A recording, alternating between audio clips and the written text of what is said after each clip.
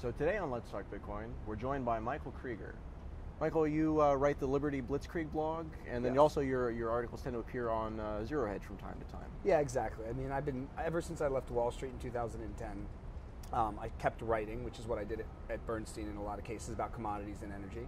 And so since then, I just kept writing, and they started appearing on Zero Hedge and other alternative media sites, financial media. And then I just decided to go on my own in April of last year, start my own website called Liberty Blitzkrieg, where I could have, total artistic freedom and expression. And so I've been doing that for about a year and a half now. It's been great. So have you found that you've gotten more extreme over time because you don't have that oppressive hand pushing down on you? Strangely enough, it went from when I was at Bernstein to leaving Bernstein, I got more extreme, and now I've actually toned it down a little bit, I think, from the extreme. And here's the thing, it's when it's your name and you're putting out a lot of articles, whereas before I might just shoot out an email to a lot of people with an article that I wouldn't vet. Now, I try to go in and really make sure that there's some sources I can understand, or I'm using, or I'm leveraging a large media news source actually for the information.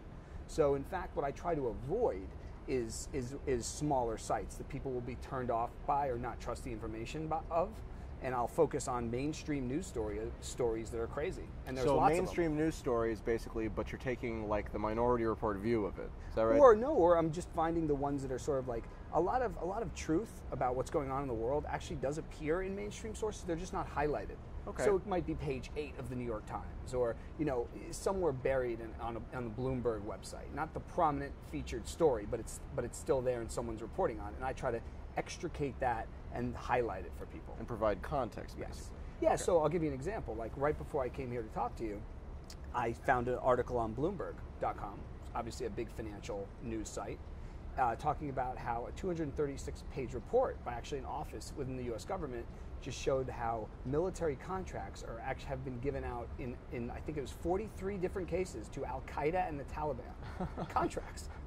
Okay. Yeah, exactly. So now how does something like that happen? Well, that's what we're all trying to figure out, right? I mean, although if you think about it and you look at the boondoggle that is this country and this government and all the things that are going on, nothing really surprises me anymore. I don't know if you've been following it, but it came out last year that a lot of the rebels in Syria that we're actively supporting and arming have Al-Qaeda elements to it. So, and that's some mainstream news. So now, I mean, wrapping up what it is that you do, now what it sounds like what you do is you curate the mainstream news, you remove the noise so that only the signal remains. That's the best way to describe it. And I think it was Taleb, I don't know if you're familiar with Nassim Taleb, right?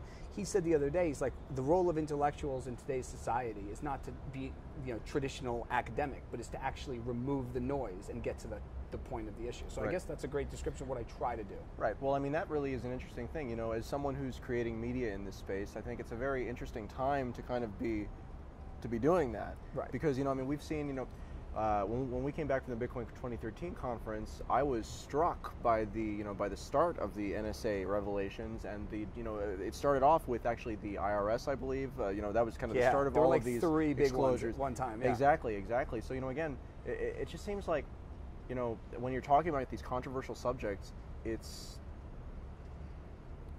harder than it should be. And so because of that, few people are willing to really take on and tackle these big, hard topics that are actually the most important topics to be talking about. Yeah. Well, what I found, and in some ways I find it rewarding and vindicating in a sense, is that in the last, as you were mentioning, I mean, you had Benghazi, the IRS, and the NSA all within a couple of months, all that flood of information coming out.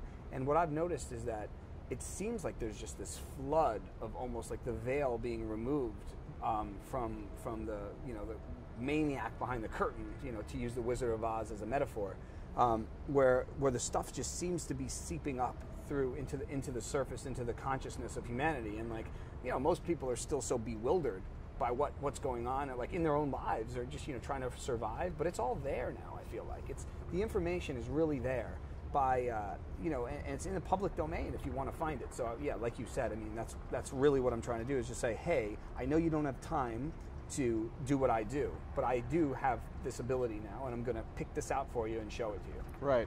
So, we were here at the InsideBitcoins conference yesterday. This is your first Bitcoin conference. How long have you been in the scene? Yes. Well, it's interesting to see that I am in the scene, I guess, as of the last couple of days. I believe I am. But so my history with Bitcoin was really, I read about it several years ago, maybe a year after it was created, or two. It was the New York magazine, or I think it was the New York magazine or New Yorker had about a 6 to 7 page article on Bitcoin. And I remember reading it and thinking, well, this is interesting. The philosophy behind it is interesting. A deflationary, honest money that is a cryptocurrency.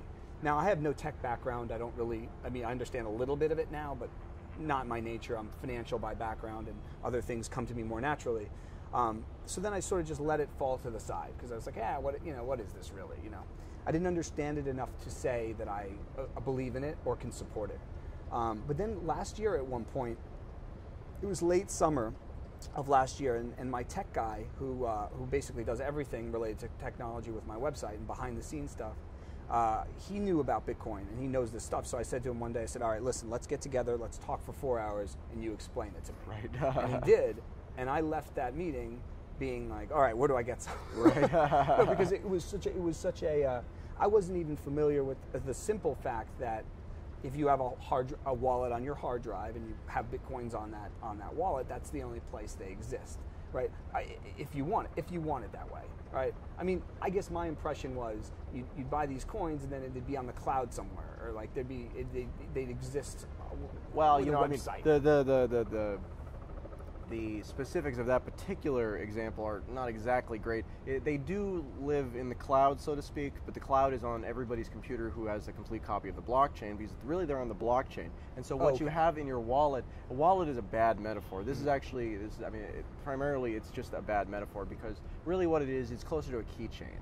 Okay. And so you have keys, you can access them, you have the ownership of them, but you don't actually have possession of them, because if you did have possession of them, you'd have much the same problem people do with gold, is that right. You can own gold, but if you try to transmit it, there's a cost to that. So it's the same thing here. You have ownership, so you can sign ownership. This is a wonky technical detail, but again, it's one of those things where it's just one of those things. So it takes a long time to dig into this stuff. So if that's the case, then because I've heard a lot of different things, it'd be curious for me to ask you a question, so my audience can know, because they don't know too much about Bitcoin. So if you lost, let's say, your password, or you lost your hard drive, it fell into the ocean, would those coins be accessible in theory or in practice? In theory and in practice, it's all about how you store your keys. You can store backups of your keys. Again, this is not backing up the coins, it's a subtle distinction. Right. But functionally, if that's the only copy of the key, right, then it's the only copy of the key. Just like if you lose your only copy of a key, somebody's got to pick it, and that requires breaking SHA-256, which is a little bit of a difficult task for most people to do. Right. So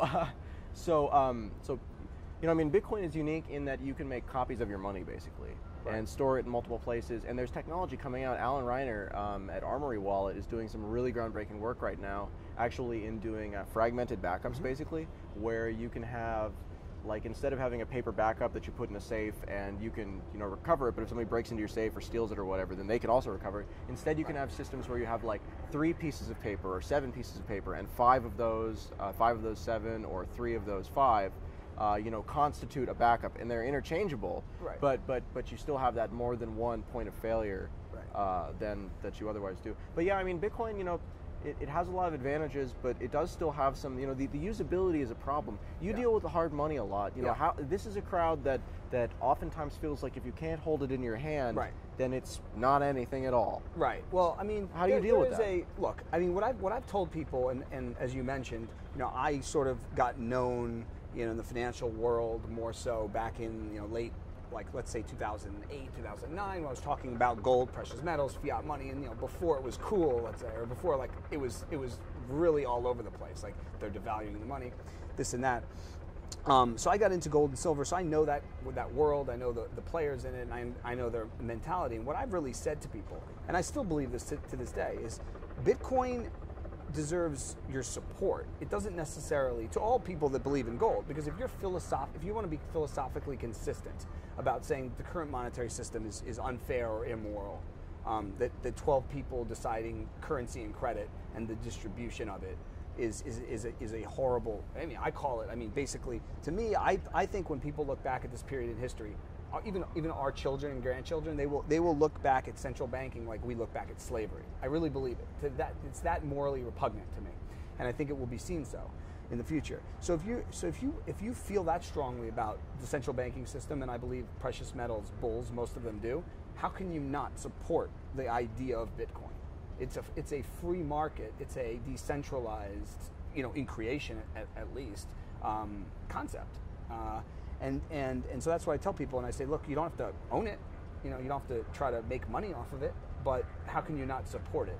And so I have problems with, sometimes that feels to me like some of the gold people don't like Bitcoin because it may take attention away from precious metals, or it may take investment dollars away from precious metals, and I think that's a wrong way to look at things, and it's being philosophically inconsistent. Well, so let's talk about that for a second. Gold is an interesting market right now, and silver is too, certainly. I think that there have been a lot of people who for a long time have been saying that gold and silver are the way to go, but even in this time of monetary crisis, and I say that broadly, ongoing monetary crisis Sure. for the last maybe 5 years, for the last couple of months, gold and silver have not done well. Right.